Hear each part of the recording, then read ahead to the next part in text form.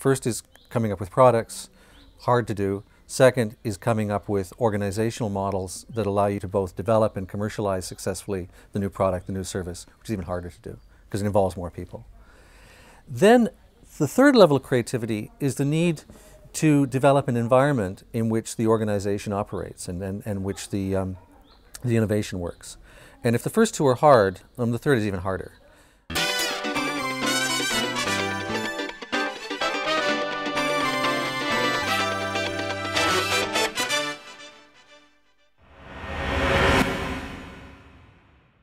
I love the idea of a book called Innovation for Dummies, because the reality is, for this to succeed, we have to make it about that simple, right? We have to sort of think about the basic building blocks so that people can then start to put together the basic building blocks. So let's think about what the building blocks are that you'd want to have in the Innovation for Dummies book.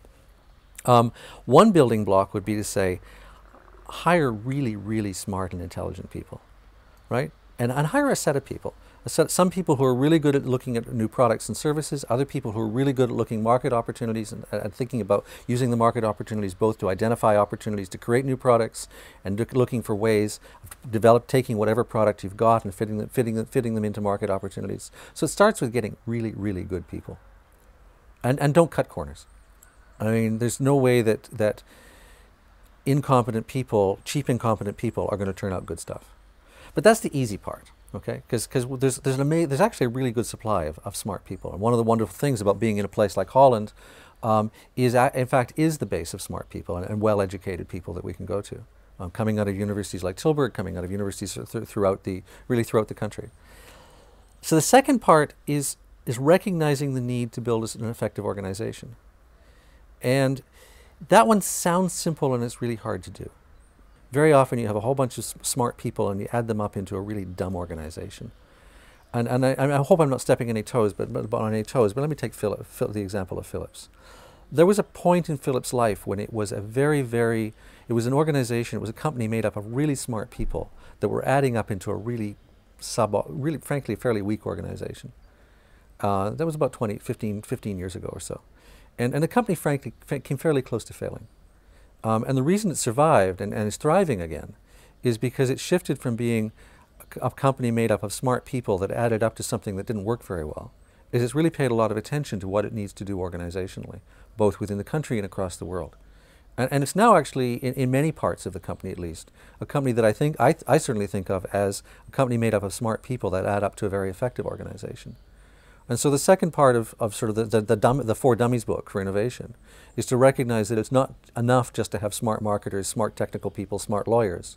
They've got to be able to work together effectively in an organization that is really targeted towards understanding market opportunities and taking all the smart things that people are working with and pulling them together to suit market organizations. And then we need a third thing, which is smart politicians. And this one's even harder. Because we can have really, not smart. No, I take that back. We have lots of smart politicians, but we need smart politics. We need smart bureaucracies. We need sort of social infrastructure that's capable of developing laws, capable of investing in the infrastructural elements that we've been talking about, that support commercial endeavor and support innovative endeavor. And in reality, I think what that means is we need really thoughtful interaction between innovators, business leaders, political leaders, bureaucrats, in thinking about what we need politically. So, if we think about success and failure of innovations, sometimes the success and failure is driven because you just have a brilliant idea. More commonly, the success and failure arises because you've got a great idea, you build an organization, and you creatively think about the environment in which you have to operate.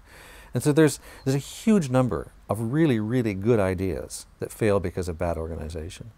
And there's actually a bunch of good organizations and good ideas that fail because people don't go the next step of thinking about what you need to do in the environment.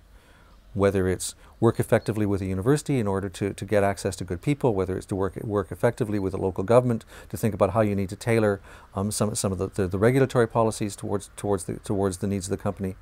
But boy, there's a host of good ideas and potentially successful organizations that fail because people don't go the next step.